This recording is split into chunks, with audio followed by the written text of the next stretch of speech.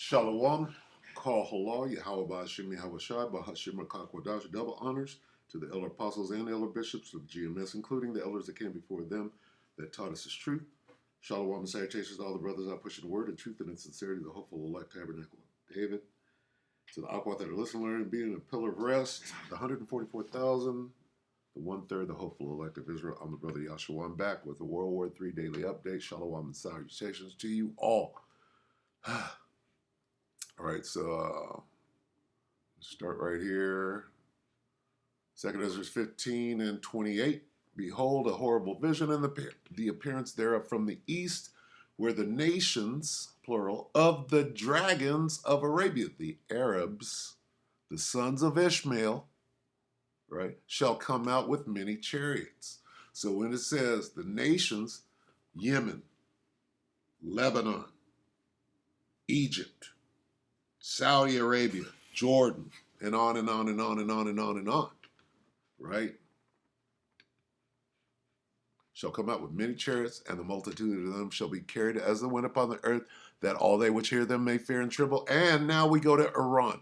Also the Carmanians, the Persians, right? The Iranians, raging in wrath, shall go forth as the wild boars of the wood, and with great power shall they come. Who is they? The wild boars. Shall they come and join battle with them? Who is them?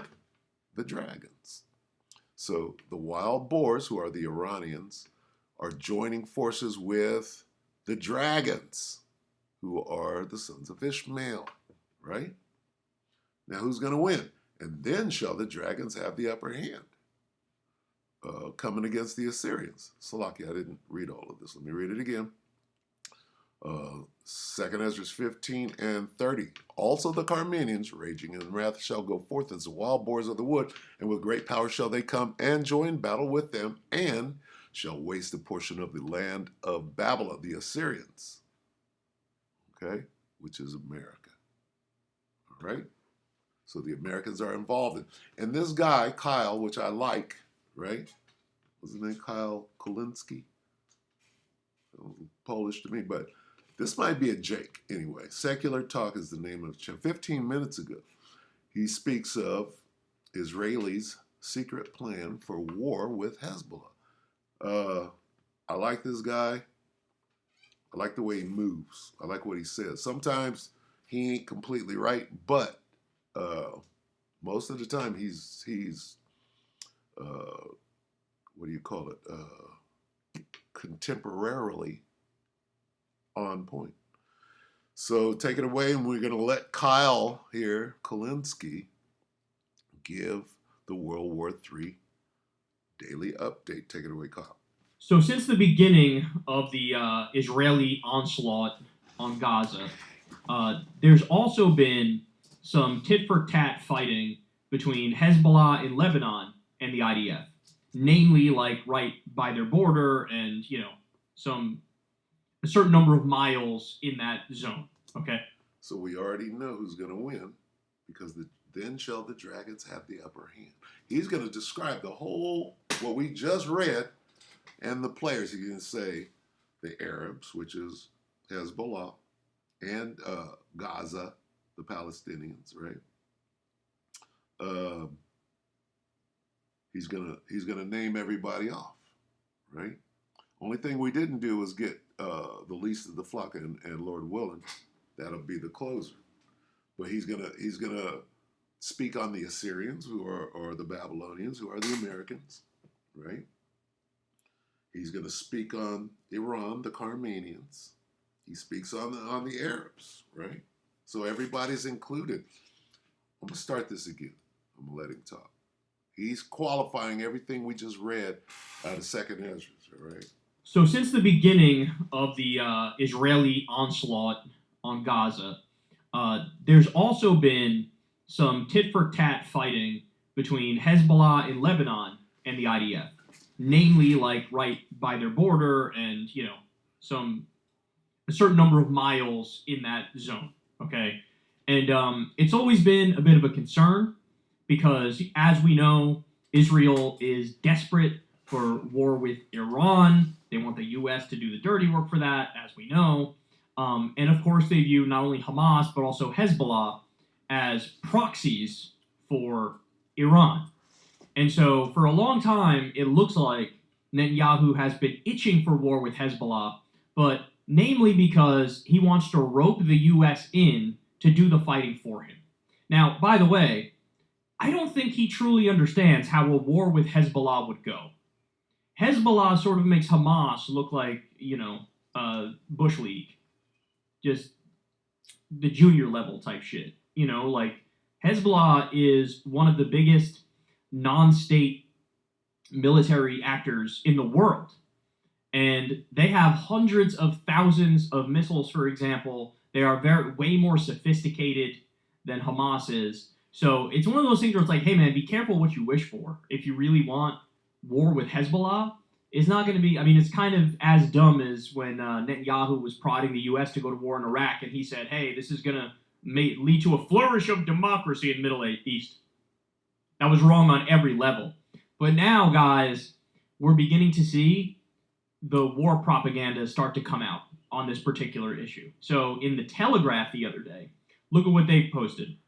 Hezbollah stores missiles and explosives at Lebanon's main airport, whistleblowers claim. Exclusive, terrorists pass through bribed customs officers unchallenged with large amounts of Iranian weaponry. Now, by the way, this is like total bullshit. Just absolutely clear that this is utterly made up.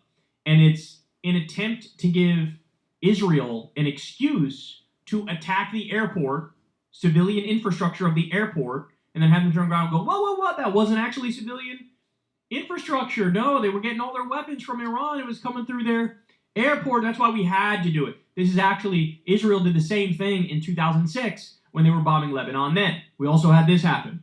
Israel carrying out strikes on Lebanon. A number of targets were shelled in the town of Al-Dahira, southern Lebanon, minutes ago by the IDF. Details of casualties are yet to emerge. You also had this. There was panic in northern Israel, right by the border with Lebanon. Generator sales soar amid Hezbollah war fears because they think Hezbollah could take out, the electric grid. You also had Hezbollah took out an IDF military vehicle and then did a double tap on the people who went to go rescue the soldiers who had just been hit by Hezbollah. So again, tit for tat, back and forth. And now you're beginning to see the war propaganda to try to build a longer and sustained war and to give Israel the excuse to attack the airport in Lebanon. Okay. The U.S. is concerned that Israel's Iron Dome could be overwhelmed in war with Hezbollah, U.S. officials tell us. If Hezbollah conducted a large-scale attack, principally using precision-guided weapons, that makes it more likely, an Israeli official says. So, in other words, again, the U.S. seems to know this wouldn't be a cakewalk of a fight with Hezbollah. I don't know what the fuck you're thinking. I don't know what you're thinking here. Okay, but look at this. U.S. officials have not explicitly told Israel that they oppose any attack against Hezbollah, but warned that it could lead to a greater war. A U.S. official said, Israel has made the case that it can pull off a blitzkrieg. What? The U.S. isn't so sure. That's some nonsense. They could pull off a... Say what now? Excuse you? They can pull off a what? Who are For those of the you real who don't ones? know, blitzkrieg is the terminology that was used by Adolf Hitler Lightning war. when they would Lightning-fast. rush in and overwhelm an enemy and basically use brute force and do it lightning quick and then advance that way, right? And Israel saying, well, we're going to do that to Hezbollah. We're going to do a blitzkrieg attack and we're going to do a blitzkrieg attack while we're conducting a genocide. What? Oh, pretty ironic that Israel is using the language of Adolf Hitler and the military tactics of Adolf Hitler. But also, yeah, I'm sure that's going to go about as well as you think it's going to go. I'm sure that Hezbollah won't be able to respond, won't be able to hit any targets that really impact you. And by the way, there's already, a lot of people who are fleeing Israel as a direct result, not only of what's happening in Gaza, but also what we could be on the brink of with Hezbollah in Lebanon. There's a lot of people who are like, I'm out of this bitch. Also, remember, the Israeli economy is struggling because they were dependent on a lot of Palestinian workers as well. And now that's all shut down, right? So you have a lot more people having to go to the military, fewer immigrants to help do the labor. So the economy's struggling, now on the brink of war with Hezbollah and Lebanon, which would be a disaster for everybody involved. And so, of course, you're going to have more people flee Israel, right? That's what's happening right now. And if we actually go to all-out war with Hezbollah, those numbers are going to ramp up even more, bro. But here, I saved the best for last. Okay, look at this. U.S. officials have not explicitly told Israel that they oppose any attack against Hezbollah, but they are warning them that their actions could lead to a greater war, which the two sides don't actually want. That's hilarious because Biden is so naive. He doesn't realize Netanyahu wants it. As long as you're doing most of the fighting, as long as the U.S. is doing most of the fighting. All right. As long as what? I wanted to go back and say, as long as, listen to what he's saying, because this goes into the least of the flock, which is Jeremiah 49 and 20. That's hilarious because Biden is so naive. He doesn't realize Netanyahu wants it. As long as you're doing most of the fighting, as long as the U.S. is doing most of the fighting. Stop right there, okay? Meaning what? Netanyahu is drawing him out, right? Let's get that. It's Jeremiah 49.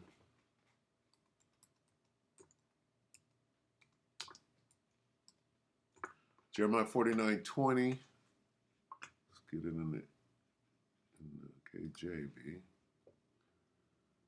And what do we have? Therefore, hear the counsel of the Lord, that he hath taken against Edom, and his purposes that he hath purposed, and his purposes that he hath proposed against the inhabitants of Teman. Surely the least of the flock shall draw them out. Who is the least of the flock? Amalek. Talking about the Polish Bibi Netanyahu. Okay.